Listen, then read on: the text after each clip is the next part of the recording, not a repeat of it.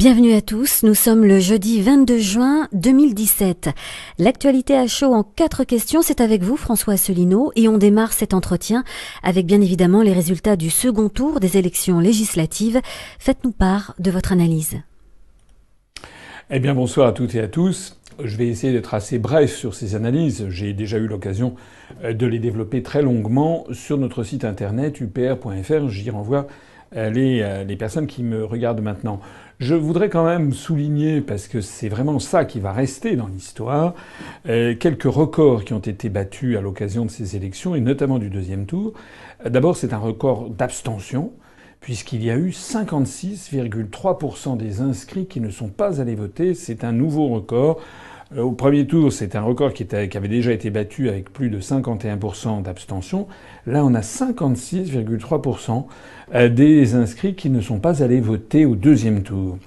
Un deuxième record qui a été peu souligné dans la presse, c'est les records en termes de vote blanc et de vote nul.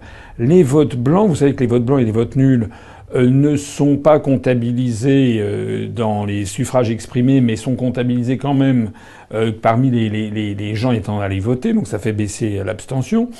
Les votes blancs ont atteint près de 7%, 6,9 et quelques, 93 je crois, près de 7% des votants. Les votes nuls ont atteint 2,93, c'est près de 3% des votants. C'est-à-dire qu'il y a 10% des votants qui en fait ont voté blanc ou nul. C'est un record pour des élections législatives. Alors si on rapporte ça non pas en termes de votants, mais en termes d'inscrits, ça fait quelque chose comme plus de 4 et quelques pourcents qui ont voté blanc, d'inscrits qui sont allés voter blanc et nul.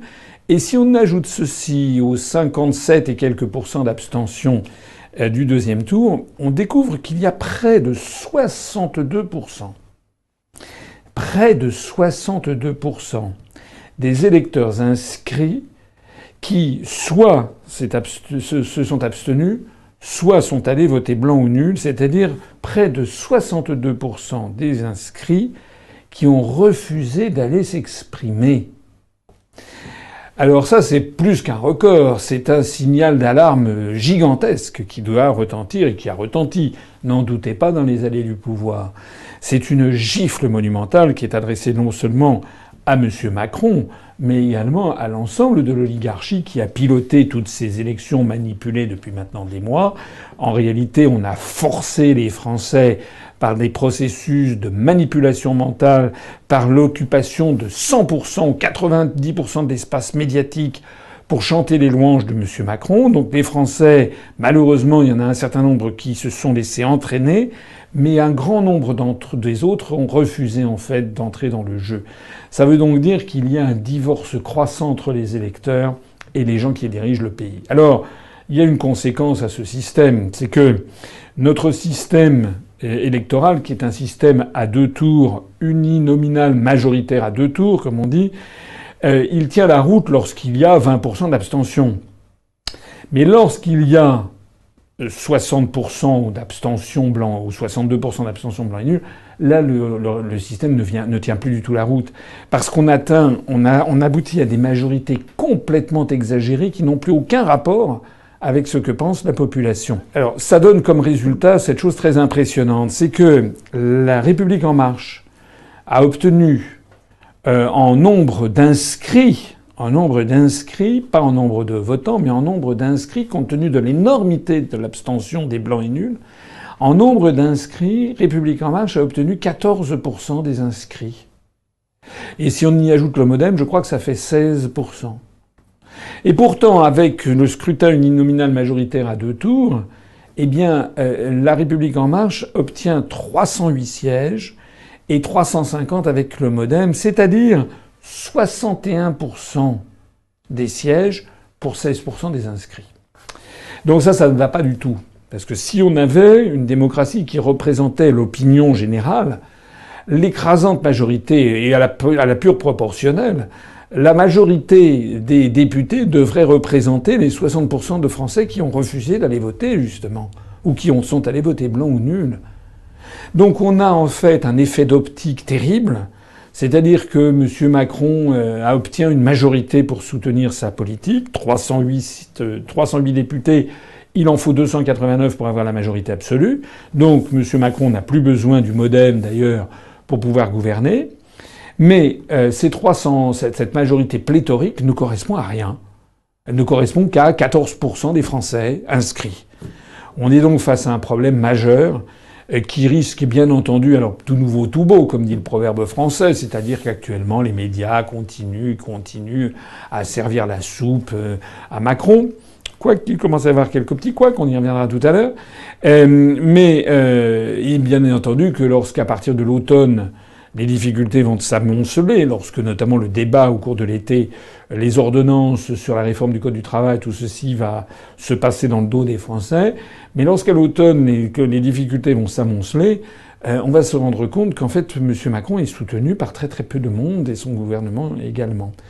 Voilà, je pense, les enseignements de ces élections, avec, je le précise aussi, l'émiettement des autres partis. Je ne vais pas redire ce que tout le monde a pu voir. Je renvoie encore une fois à mon analyse. On peut voir en tout cas que les autres partis politiques sont évidemment assez laminés, sauf le Front National, il faut reconnaître, qui multiplie le nombre de ses députés par 4, mais enfin ça va pas chercher loin, ça passe de 2 à 8, donc il n'a pas la faculté de créer un groupe parlementaire à lui seul. Comment voyez-vous la nouvelle Assemblée nationale ? L'Assemblée nationale, qui résulte de ce que je viens de décrire, à mon avis, elle va avoir des problèmes. Il y a donc 308 députés pour La République En Marche. C'est la majorité absolue, je l'ai dit tout à l'heure, il en faut 289.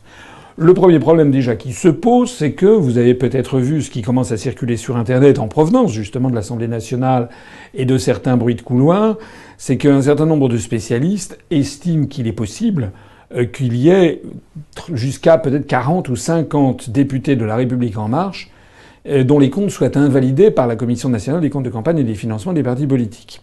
Parce que c'est vrai, et Dieu sait si nous le savons, il faut être extrêmement scrupuleux sur la gestion des finances de ces candidatures. Nous, à l'UPR, nous avons adopté une procédure centralisée, ce qui a permis de présenter les candidats partout, parce qu'en fait, ils ont été très très largement, libérés de ces tâches comptables et administratives qui sont d'une extrême importance. Il semble qu'à La République En Marche a été un petit peu le joyeux foutoir, pour dire les choses.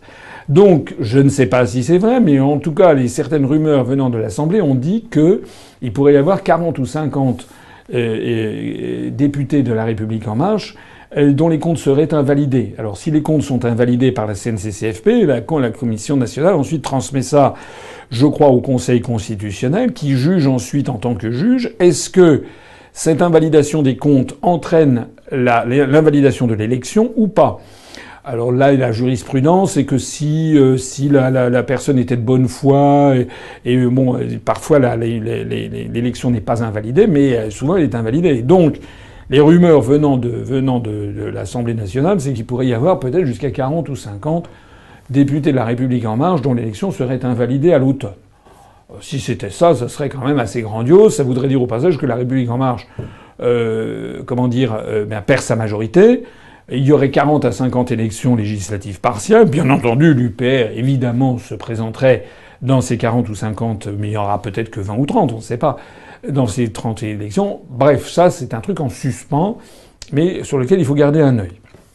À part ça, je l'ai dit, La République En Marche actuellement, plus le MoDem, a donc droit à 350 députés. Comme je l'ai déjà souligné, et comme la presse l'a souligné, en fait, Macron n'a plus besoin du MoDem. Ça n'est peut-être pas pour rien dans l'éviction de M. Bayrou, de Mme de Sarnez, de Mme Goulard, on verra ça tout à l'heure. En attendant, c'est vrai que le MoDem, il sert plus à grand-chose. Il a 42 députés, c'est très bien pour lui, il a plein d'argent, mais c'est d'ailleurs tout à fait disproportionné par rapport à ce qu'il représente dans l'opinion. Mais il n'a plus le moyen de pression qu'il devait pouvoir espérer avoir si La République En Marche n'avait pas eu la majorité à soi seule. Alors sinon, il faut reconnaître que les Républicains ont 136 députés.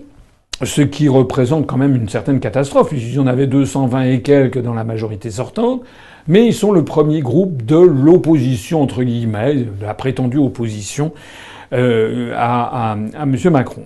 Alors, vous l'avez vu, mais ça c'est très important, il y a une petite camarilla de députés, il y en a au moins 20-25, il paraît-il que ça pourrait monter jusqu'à 40 ou 50, des Républicains, qui ont décidé de se faire scission et de créer un groupe qui s'appelle les Constructifs. Les Constructifs, c'est pour pas dire en fait les opportunistes qui vont à la soupe.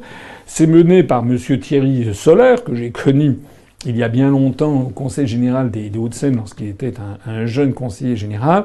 Donc monsieur Thierry Solère, qui est une espèce de maître Jacques des Républicains, c'est lui qui avait notamment été chargé d'organiser les primaires des Républicains, avec quelques comparses comme monsieur Franck Riester, enfin des gens dont les dents rayent le parquet, ont envie d'être ministres de M. Macron et de M. Philippe, à l'évidence.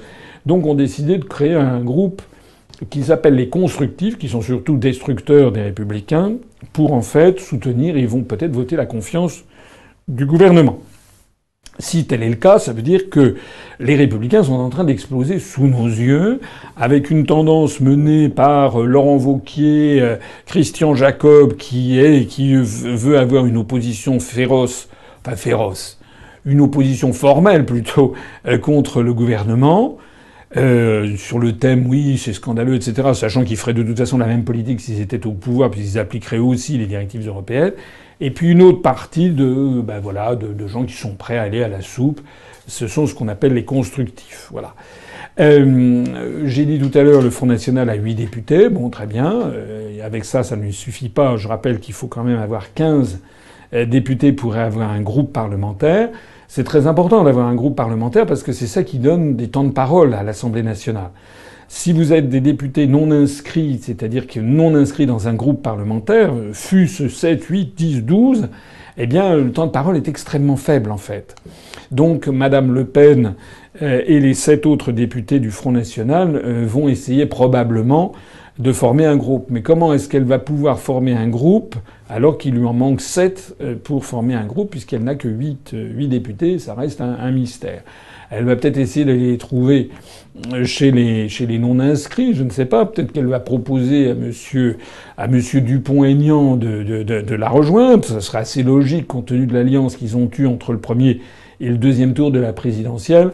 Mais de toute façon, M. Dupont-Aignan étant le seul de membres de DLF à avoir obtenu un poste de député, ça ne permettra pas d'atteindre les 15.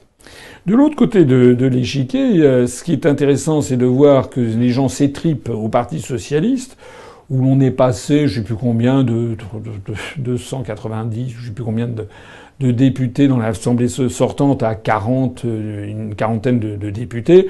Donc c'est une bérésina comme on en a rarement vu dans l'histoire. Mais ils trouvent quand même le moyen de se disputer comme des chiens avec un os à ronger pour savoir qui va avoir la présidence du groupe. Et puis, à l'extrême gauche, enfin à la gauche, le Parti communiste a eu 11 députés finalement. La France insoumise en a eu, je crois, 17. Donc la France insoumise peut créer un groupe.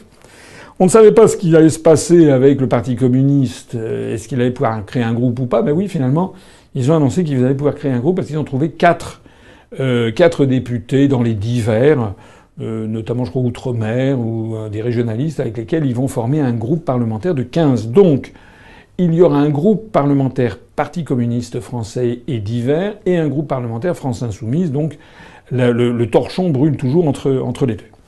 Alors, je terminerai cette affaire en soulignant qu'il va y avoir un truc croquignolet, ça va être l'élection des présidents de groupe. Donc déjà, du côté des Républicains, c'est M. Christian Jacob, donc l'affaire est entendue. Du côté des constructifs, l'affaire semble entendue, ça va être M. Thierry Solère. Mais du côté de la France insoumise, l'affaire est sans doute entendue, ça sera très probablement M. Mélenchon. Et du côté du Parti communiste, ça sera très probablement M. André Chassaigne.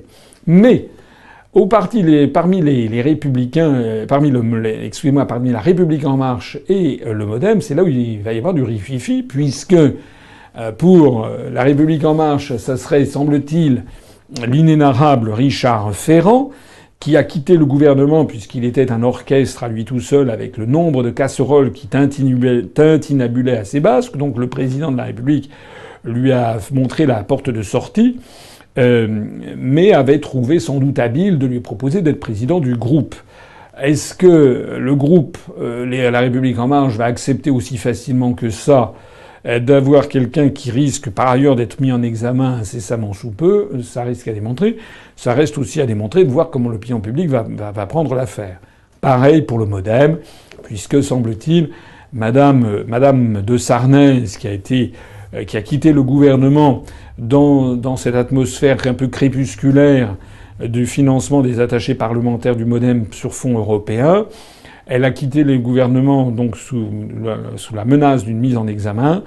Est-ce qu'elle va prendre également la présidence du groupe? Ça ferait quand même pas très très bon effet, me semble-t-il, que les deux piliers de la majorité du gouvernement actuel soient à l'Assemblée nationale dirigés par deux personnes qui seront mises en examen. La suite va être montrée dans les semaines qui viennent. C'est le moment de vous demander ce que vous pensez du nouveau gouvernement Philippe II. Philippe II, on a un peu de mal à se faire à ce gouvernement Philippe. Philippe II, on peut plonger à Philippe II d'Espagne, le fils de Charles Quint, qui avait mené en fait l'Espagne à l'immobilisme, et on avait appelé ça le siècle d'or espagnol, mais c'était en fait le début de la fin. Et Philippe II avait ces de sinistres mémoires, puisqu'il avait notamment mené une politique catastrophique aux Pays-Bas espagnols à l'époque, et c'était lui qui avait été en fait à l'origine involontaire de l'indépendance des Pays-Bas et de la victoire de Guillaume d'Orange. Voilà. Bref, j'arrête là cette petite remarque historique. Le gouvernement Philippe II, il a été marqué par le départ en fanfare de Madame Sylvie Goulard. Moi, je m'en félicite, honnêtement. J'avoue que lorsque j'ai appris qu'elle quittait le gouvernement, j'ai eu le sourire. Parce que, bon, c'est quand même notre pays, la France. Et lorsque quelqu'un qui est, comme était Madame Goulard, à ce point détestait ce pays dont elle était ministre et avait fait des déclarations à l'emporte-pièce pour dire qu'il fallait plus, j'en avais parlé d'ailleurs d'un direct récent, pour dire qu'il fallait plus acheter français dans l'armée, etc., etc. Enfin, c'était lunaire. Donc elle dégage, et franchement, je crois qu'elle ne sera regrettée par personne. C'est une femme, c'est une nationaliste européiste, une espèce en admiration béate devant l'Allemagne. Voilà, elle a passé 35 jours au gouvernement.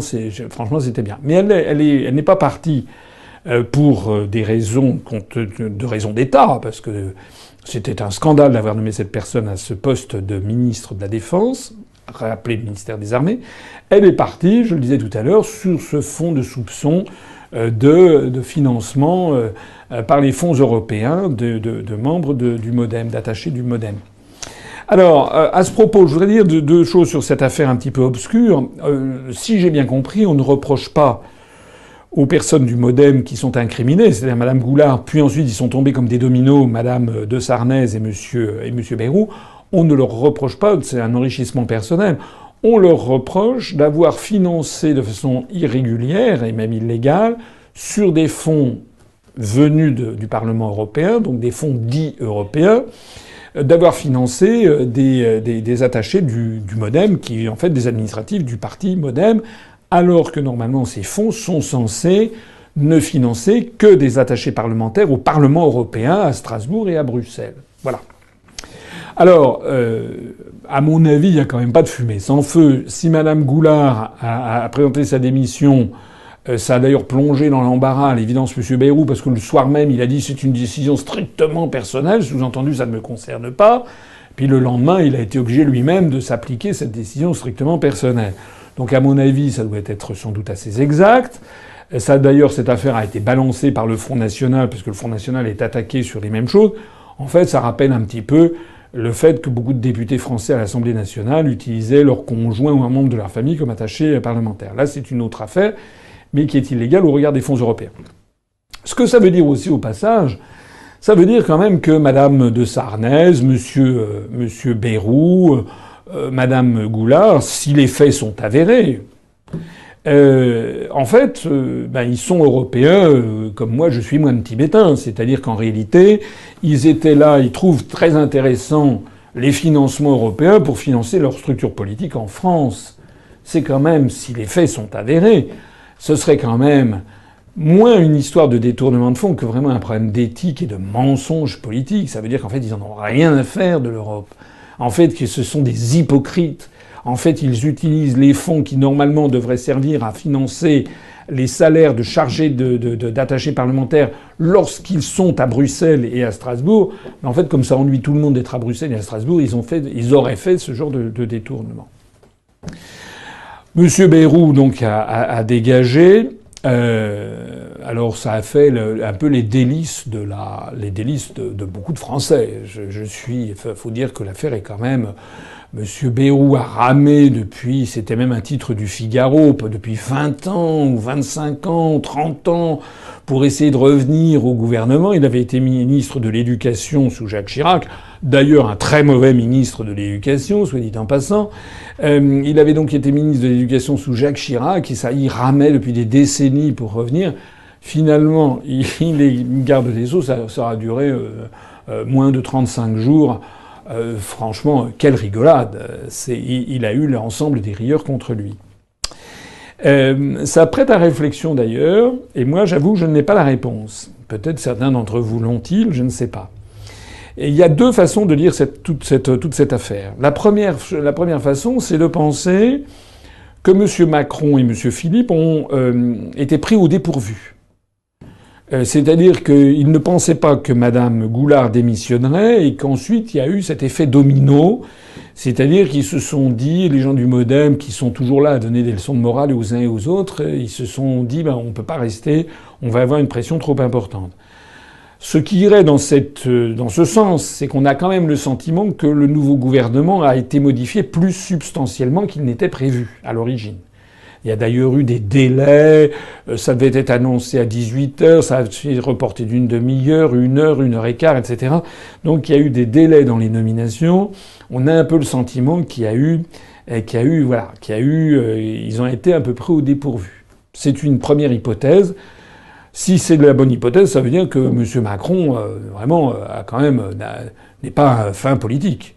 Et d'avoir nommé des gens qui avaient des casseroles de notoriété publique. La seule chose, c'est que ça n'était pas sorti dans les grands médias, mais ça circulait déjà beaucoup sur Internet ou dans le Canard enchaîné. S'il a fait ça comme ça, c'est quand même très imprudent.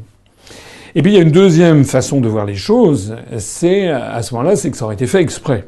C'est-à-dire que M. Macron et M. Philippe auraient délibérément nommé des ministres dont on savait qu'ils allaient chuter prochainement du fait d'une mise en examen, et en particulier, il aurait mis spécialement M. Bayrou à la place de garde des Sceaux, ministre de la Justice, chargé de faire adopter une loi sur la moralisation de la vie politique au même moment où il allait être mis en examen. Cette version des choses n'est pas exclue du tout. C'est même assez vraisemblable sous certains côtés. Si telle est la bonne version des choses, alors ça ne voudrait pas dire que M. Macron est un mauvais politique, ça voudrait dire que c'est un grand pervers. Parce que normalement, quand on est un être humain, on évite de mettre quelqu'un dans une position aussi embarrassante. S'il savait qu'il y avait M. Bayrou, etc., allait chuter, il fallait qu'il dise, écoutez, cher ami, la justice en ce moment va œuvrer, il faut absolument que je ne peux pas vous nommer maintenant, on va nommer d'autres personnes du MoDem, et puis ensuite, une fois que votre bonne foi aura été établie par la justice, à ce moment-là, vous entrerez au gouvernement. Donc voilà, je ne sais pas, chacun aura sa vision des choses. Pour clore sur cette affaire des affaires, justement, il y a quand même le problème qui est apparu, c'est des perquisitions qui ont été effectuées chez Havas et chez Business France pour l'affaire du financement qui, semble-t-il, n'a pas correspondu aux règles des marchés publics lors du déplacement d'Emmanuel Macron à Los Angeles pendant les débuts de la campagne électorale présidentielle sur fonds publics. Et ça n'a pas été suivi, les marchés publics n'ont pas été suivis. Il y a eu un rapport de l'Inspection générale des finances. J'en parle non pas parce que je suis de l'Inspection générale des finances, mais parce que c'est sorti dans le public, c'est de notoriété publique, qui justement a souligné que le code des marchés publics n'avait pas été respecté. Or, c'est la directrice générale de Business France maintenant est membre du gouvernement. Elle est même la ministre du Travail du gouvernement actuel. C'est un peu gênant qu'elle soit maintenue dans ses fonctions. Quoi d'autre encore à dire sur ce gouvernement? Alors maintenant, prenons les uns après les autres. Je vais rien dire sur Gérard Collomb et Nicolas Hulot. Ils sont prorogés. La garde des Sceaux, ministre de la Justice, donc c'est M. Bayrou étant parti et remplacé par une dame qui est Nicole Belloubet, qui est une professeure de droit communautaire d'ailleurs. Elle est une grande spécialiste du droit européen. Elle était auparavant, c'était la première fois qu'une professeure de droit, je crois, était au Conseil constitutionnel. Elle est marquée à gauche, elle est marquée côté Parti socialiste. Mais elle est peu marquée quand même, c'est surtout une professeure de droit communautaire, de droit européen, et donc une technicienne. Le ministre de l'Europe et des Affaires étrangères, donc c'est M. Le Drian, ça ne change pas. La ministre des Armées, donc là ça change, c'est Florence Parly, qui est une énarque, qui vient du budget, qui a été secrétaire d'État au budget sous Lionel Jospin, donc marquée au PS. Elle n'a aucune connaissance particulière du monde de la défense. Rien. Donc ça veut dire qu'elle va être là probablement soit pour faire passer au ministère des Armées la pilule amère des restrictions budgétaires continuelles, soit pour faire un petit contrepoids pour le ministère des Armées pour qu'il puisse se faire un petit peu moins tondre par le Bercy, par le ministère du Budget qu'il n'était prévu. C'est possible que ce soit cela, puisque Monsieur Macron s'était quand même engagé à rétablir le budget des armées. On a vu d'ailleurs que Madame Goulard s'était réjouie quasiment de voir son budget diminuer encore. Donc Florence Parly, c'est en fait une femme compétente, comme d'ailleurs Madame Belloubet, une technicienne plus qu'une politique. Le ministre de la Cohésion des Territoires, donc c'était Monsieur Richard Ferrand, qui a donc été prié d'aller voir ailleurs qu'au gouvernement la suite de sa carrière. Et donc il est remplacé par Jacques Mézard, qui est un célèbre inconnu, qui est, je crois, radical de gauche, radical socialiste. Je rappelle au passage d'ailleurs que l'UPR aux élections législatives, au premier tour, a obtenu plus de voix que le parti radical de gauche de M. Mézard. M. Mézard avait été nommé, est un sénateur, avait été nommé ministre de l'Agriculture. Il n'avait jamais été agriculteur. Le voici maintenant ministre de la Cohésion des Territoires. On va voir ce que ça va donner. Ministre des Solidarités et de la Santé, c'est Madame Agnès Buzyn qui est prorogée. Depuis qu'elle a pris ses fonctions, elle n'a fait pour l'instant essentiellement qu'un scandale. C'est d'annoncer qu'elle voulait forcer tous les enfants à avoir 11 vaccins d'un coup, ce qui prête quand même à un certain nombre de problèmes, parce que le DT polio soit imposé aux enfants, ça dont acte. Tous les spécialistes sont d'accord. L'hépatite B, qui est une maladie sexuellement transmissible et dont le vaccin est réputé ayant parfois des conséquences terribles en matière, justement, elles peuvent provoquer, il y aurait des cas suffisamment significatifs en nombre pour que l'alerte ait été donnée, comme quoi ça pourrait provoquer des maladies auto-immunes. Administrer un vaccin comme ça à des nourrissons, alors que c'est une maladie sexuellement transmissible, c'est quand même un petit peu pousser le bouchon loin. En attendant, elle est maintenue à son poste. De même que M. Bruno Le Maire est maintenu au poste de ministre de l'économie. De même que Mme Françoise Nyssen est maintenue au ministère de la Culture. De même que Mme Muriel Pénicaud, donc c'est celle dont je parlais tout à l'heure, est maintenue au ministère du Travail, c'est-à-dire l'ancienne directrice de Business France. On va voir si elle va y rester. Le ministre de l'Éducation nationale, c'est M. Blanquer qui est maintenu. Le ministre de l'Agriculture et de l'Alimentation, c'est un nouveau venu, c'est un type qui s'appelle M. Stéphane Travert. M. Stéphane Travert qui a été mis là. Voilà. J'ai regardé son pédigré. J'ai l'impression qu'il n'a aucune connaissance particulière de l'agriculture, mais bon, voilà. Il a été mis là. Le ministre de l'Action et des Comptes Publics, Gérald Darmanin, donc c'est-à-dire sans doute le ministre du Budget, c'est une autre façon de présenter les choses. Lui, c'est un ancien UMP. Le ministre de l'Enseignement supérieur et de la Recherche et de l'Innovation, Frédérique Vidal. Le ministre des Outre-mer, Annick Girardin. Ministre des Sports, Laura Flessel. Tout ceci, c'est comme auparavant. Petite anecdote d'ailleurs, lors de la présentation, M. Colère, qui présentait la liste du nouveau gouvernement du côté des jardins. Alors la presse en a fait tout un truc, c'est incroyable, c'est présenté sur le parvis, c'est pas présenté dans la cour, mais c'est présenté côté jardin. En fait, tout le monde s'en fiche. Bon.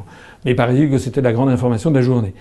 Au cours de cette présentation, comment dirais-je, M. Colère c'est un petit peu mélangé les pinceaux et au lieu de présenter ministre des Sports, il l'a présenté comme ministre des Transports, Madame Laura Flessel. Ma vérification faite, elle n'est pas transport, elle est seulement sport.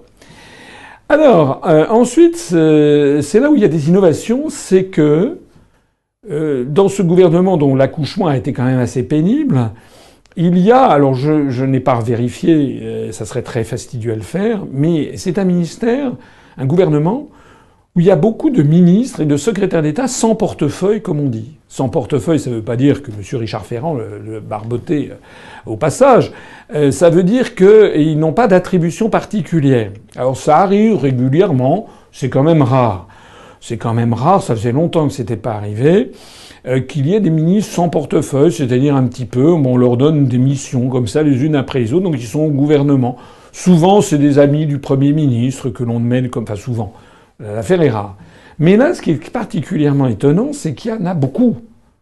On a un peu l'impression que ça a été fait à la va-vite, ce gouvernement. Comme si on fallait absolument nommer des gens avec un savant équilibre, les hommes et les femmes, faut absolument qu'il y ait le même nombre d'hommes que de femmes, etc. Et puis alors, il faut qu'il y ait des En Marche, qu'il y ait du Modem, qu'il y ait des Républicains, qu'il y ait de ci, qu'il y ait de ça. Ouh là là. Mais en définitive, on a l'impression que ça a prévalu sur l'attribution des postes. Alors, Premier ministre sans portefeuille auprès du ministre de l'Intérieur, c'est Madame Jacqueline Gouraud.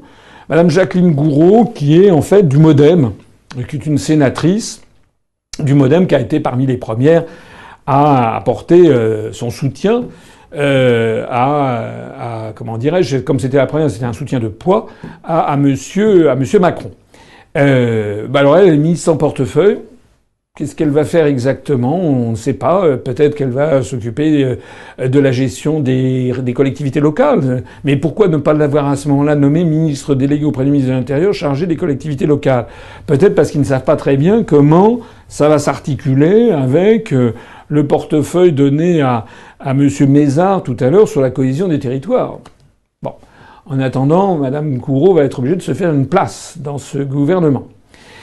Ensuite, auprès du ministre de la Transition écologique et solidaire, c'est-à-dire donc auprès de monsieur Hulot, il y a une ministre chargée des Transports qui est Madame Elisabeth Borne. Le jeu des 1000 bornes, c'est pour les transports, c'est assez bien trouvé.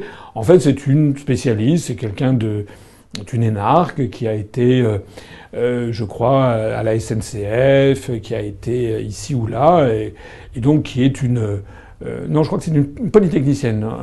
Excusez-moi, je crois qu'elle a fait Polytechnique, elle a fait l'école des ponts et chaussées, je crois que c'est ça, je me suis trompé. Et donc c'est une très bonne technicienne, mais ce n'est pas une politique en particulier. Auprès du ministre de l'Europe, de M. Le Drian, il y a une ministre chargée des Affaires européennes qui remplace donc Madame de Sarnez. Elle s'appelle Nathalie Loiseau. Nathalie Loiseau, ce n'est pas une énarque, mais elle était directrice de l'ENA. C'était d'ailleurs la première fois, sauf erreur, qu'il y avait une directrice de l'ENA qui n'était pas énarque. Donc Loiseau, Madame Loiseau, en fait, a passé 25 ans de sa vie au Quai d'Orsay. Elle avait été notamment la porte-parole à l'ambassade de France à Washington au moment où Dominique de Villepin, en 2003, avait fait le discours que l'on sait pour s'opposer à la guerre en Irak. Donc avec l'ambassadeur de France à l'époque, Jean-David Lévite, que je connaissais, ils avaient ramé un petit peu pour essayer de calmer le jeu et d'amadouer un petit peu les médias américains qui fustigeaient la France. Voilà, donc Madame Loiseau, elle est chargée des affaires européennes. Elle était donc directrice de l'ENA, qui est à Strasbourg, comme on le sait. Et puis arrivent les secrétaires d'État. Et alors c'est là où il y a beaucoup de nouveautés. Donc Christophe Castaner reste le secrétaire d'État chargé de porte-parole, des relations avec le Parlement et porte-parole du gouvernement.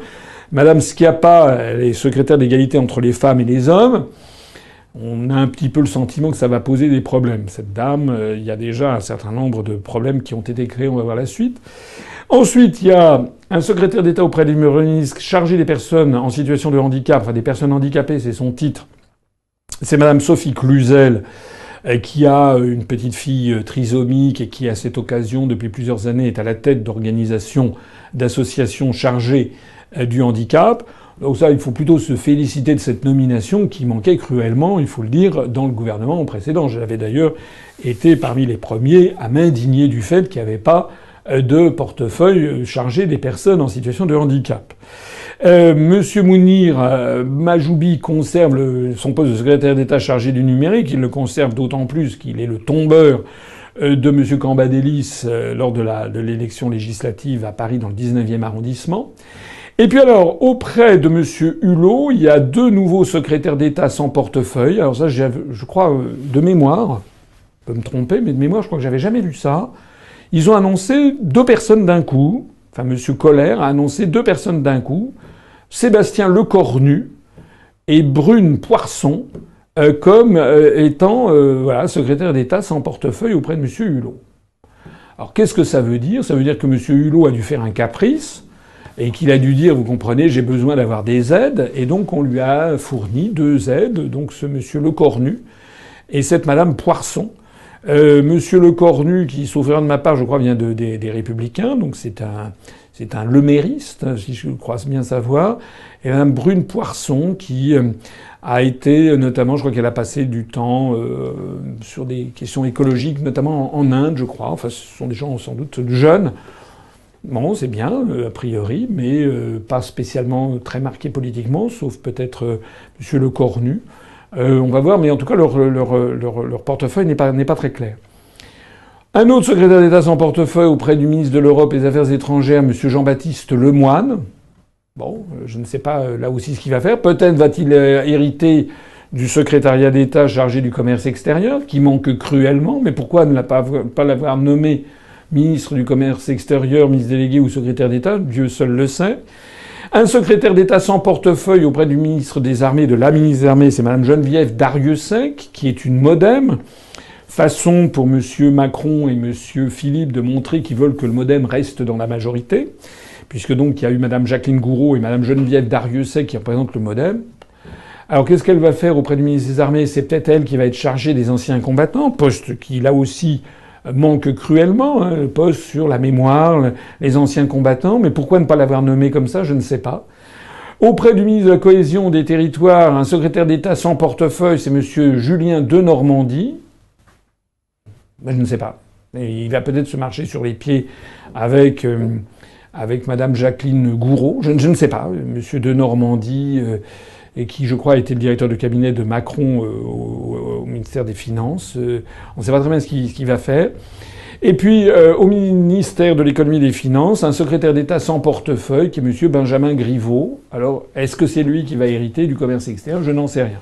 En attendant, eh bien, il y a encore des dents qui manquent, que j'avais déjà soulignées. Il n'y a rien pour le commerce et l'artisanat, à moins que ce soit M. Benjamin Griveaux qui en hérite, je ne sais pas. Il n'y a rien pour le logement. Je ne sais pas qui est-ce qui va s'en occuper. Il n'y a rien d'explicite pour les anciens combattants, rien d'explicite pour le commerce extérieur. Donc tout ceci fait un effet un petit peu étrange avec ce ministère. Voilà, je terminerai sur cette analyse de ce ministère, de ce gouvernement, avec cette remarque assez étonnante qu'a fait M. Macron, qui a dit « ce gouvernement Philippe II est là pour durer longtemps ». Le problème, c'est qu'il avait dit la même chose pour le gouvernement Philippe I. Donc on va voir la suite des événements, on va voir ce qui va se passer, mais en tout cas, ce qui est certain, c'est qu'il y a quand même un parfum d'impréparation qui semble régner sur tout ça, avec tous ces secrétaires d'État et ministres sans portefeuille. Voilà, on a fait le tour avec vous de ce nouveau gouvernement. Pour finir, quelle analyse faites-vous du premier Conseil européen de Macron ? Alors, aujourd'hui même, nous sommes le 22 juin, a lieu un sommet européen qui va, je crois, durer 2 jours. Donc, on est un peu au milieu du chemin. Donc, c'est un petit peu rapide pour former un jugement. Néanmoins, j'observe ça évidemment, comme vous l'imaginez, avec beaucoup d'intérêt. Et surtout, ce qui est intéressant, c'est de voir la façon dont c'est perçu à Bruxelles et la façon dont les médias asservis en France présentent la chose. On nous a présenté en France, un certain nombre de médias ont présenté Monsieur Macron, taratata, j'arrive, voilà ma volonté sur l'Europe. Il a fait des déclarations au Figaro où il a dit que l'Europe ne devait pas être un supermarché, que c'était un destin en commun. C'est très gentil de dire comme ça au Figaro et devant la presse internationale qu'il avait fait venir à l'Élysée, l'Europe est un destin en commun. Mais ça, c'est très facile de dire ça quand on est tout seul. Le problème, c'est quand on est 28. Et là, évidemment, ça commence à coincer. Parce que d'après les premières informations qui arrivent de Bruxelles, monsieur Macron s'est heurté à un certain nombre d'os tout de suite. Il a été très gentiment accueilli. Oui, il a sauvé l'Europe. Les Français ont voté pour un projet européen. Enfin, ça, c'est ce qu'on raconte. Alors que les Français ont voté très chichement. Je rappelle qu'il n'y a que 40 et quelques pourcents, 42% des Français inscrits qui ont voté pour M. Macron au deuxième tour, et une grande partie d'entre eux ont voté pour barrer la route à Mme Le Pen. Mais c'était pas spécialement pour soutenir un projet européen. Alors M. Macron a dit qu'il voulait une Europe qui protège. Une Europe qui protège, et alors il est arrivé à Bruxelles, semble-t-il, et il a lancé l'idée qu'il fallait absolument protéger les industries, notamment dans les secteurs sensibles, des investissements étrangers, notamment chinois. C'est d'ailleurs assez cocasse qu'il s'attaque aux investissements chinois quand on pense qu'il a vendu, par exemple, la gestion de l'aéroport de Toulouse à des intérêts chinois qui, d'ailleurs, se sont révélés être des escrocs. Il avait été roulé dans la farine. Bon, peut-être que ça lui a servi de leçon. En attendant, il a donc dit qu'il fallait que l'Europe se protège contre les investissements chinois dans des industries de haute technologie, et donc qu'elle ait une espèce de regard et éventuellement qu'elle interdise. Il a même cité en exemple les États-Unis d'Amérique. Je me demande par moments s'il n'a pas vu un certain nombre de mes conférences, M. Macron, parce que c'est exactement ce que je ne cesse de dire. Mais s'il a vu mes conférences, il aurait dû aller jusqu'au bout, parce que qu'est-ce que je dis dans mes conférences? Je dis qu'il y a le stratagème des chaînes, c'est que ça bloque toujours, il n'y a jamais l'unanimité. Ben là, bingo, c'est exactement ce qui s'est produit. C'est-à-dire que l'Allemagne, semble-t-il, a doucement soutenu, discrètement, la position de Macron, Mme Merkel, parce qu'il y a un certain nombre, il y a eu récemment une grande entreprise de haute technologie allemande qui a été rachetée pour 4,6 milliards d'euros par un géant chinois qui s'appelle Midea. Donc ça a fait grand bruit outre-Rhin, donc elle l'a un petit peu soutenu, sauf que aussitôt, vous avez eu le Portugal, la Grèce qui ont dit hors de question de réglementer les investissements chinois, parce que le Portugal, la Grèce, ils ont justement besoin d'investissements étrangers.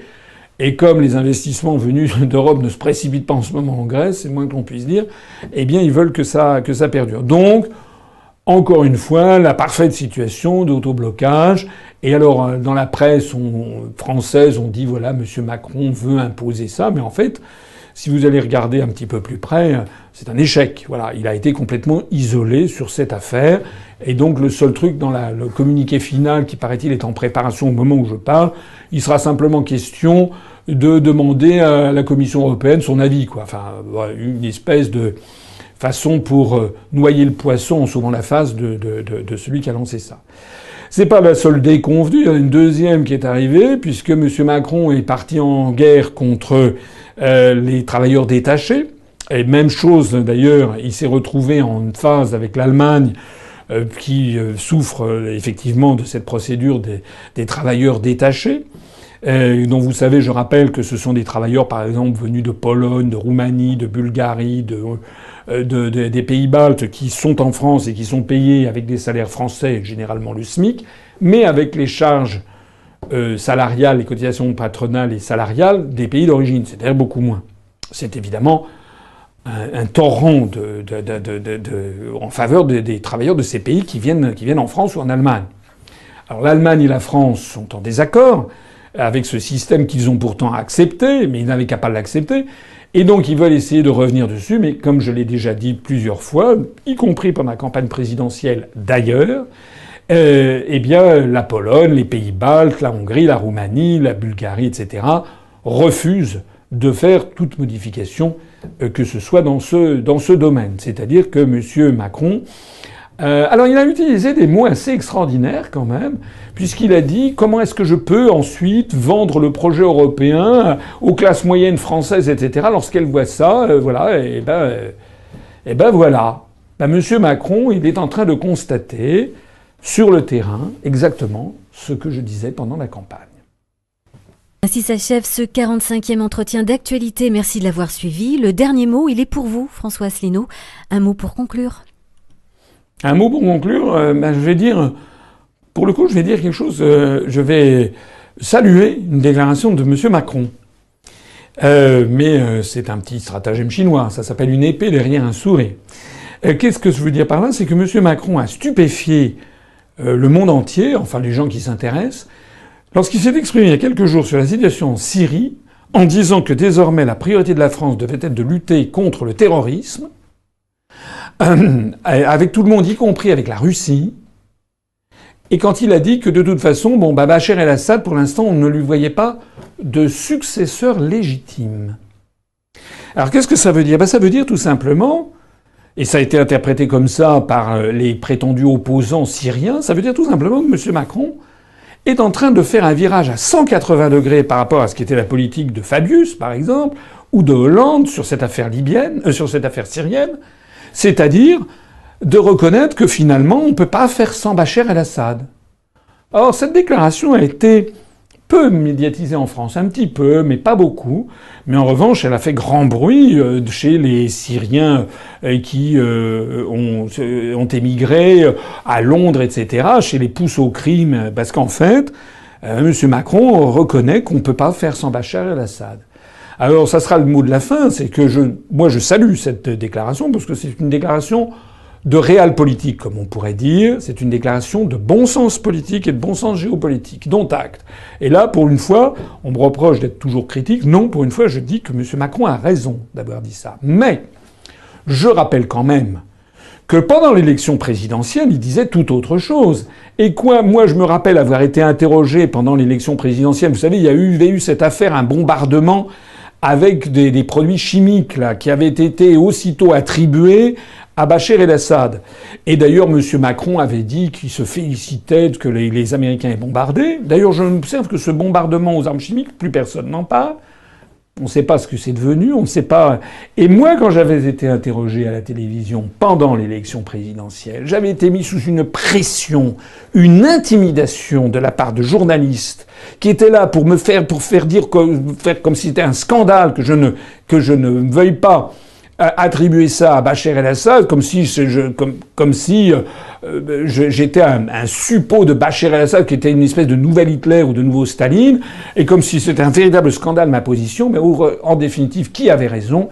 C'est moi qui avais raison, c'est M. Macron qui mentait à ce moment-là, parce qu'il allait tout à fait dans le sens de ce que souhaitait l'oligarchie. Alors, on va voir la suite des événements. En attendant, un bon point pour M. Macron maintenant, un mauvais point lorsqu'il était candidat à l'élection présidentielle. Sur ce, je m'arrête. Je ne veux pas faire un truc très long. J'en ai quand même beaucoup parlé déjà du gouvernement et des conséquences. La prochaine fois, nous ferons donc un direct. Ça sera le jeudi 29 juin. Un direct où je répondrai à toutes vos questions. Avant de conclure, le dernier mot de la fin, ça sera n'oubliez pas d'adhérer à notre mouvement. Le rythme des adhésions, comme c'est normal, c'est vraiment a beaucoup baissé, puisque les élections sont passées. On entre en période, non pas d'hibernation, mais en période estivale. N'oubliez pas quand même que notre mouvement politique a besoin de vous, a besoin de votre soutien financier, a besoin de vos adhésions. Donc je vous le demande. Et vous voyez d'ailleurs que ce qui est en train de se passer sur la scène politique montre que le nouveau gouvernement n'est pas bien parti. Je vous le demande, il va y avoir des résultats électoraux, des nouvelles échéances électorales peut-être dès cet automne avec des invalidations de législatives, certainement en tout cas les élections européennes de 2018. Il faut qu'on soit prêt. N'hésitez pas, rejoignez-nous. Merci, vive la République et vive la France. Retrouvez nos analyses, nos propositions, adhérez ou faites un don sur upr.fr. Retrouvez-nous aussi sur Facebook pour partager des idées et participer au direct. Twitter pour suivre les réactions de François Asselineau au jour le jour. YouTube pour ne rater aucune de nos vidéos. Pour nous aider à rétablir la démocratie, poussez-nous, abonnez-vous, partagez.